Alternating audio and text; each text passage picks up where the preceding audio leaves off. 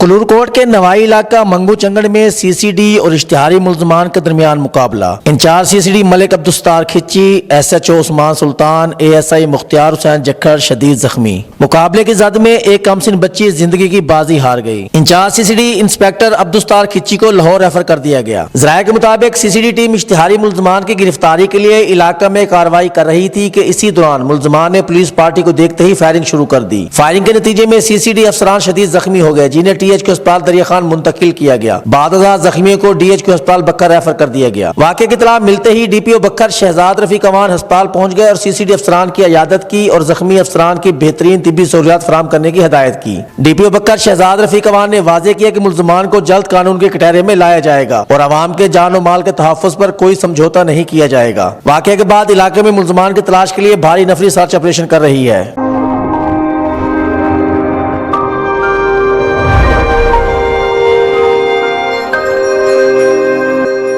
ना बकर, क्योंकि ये अपना है।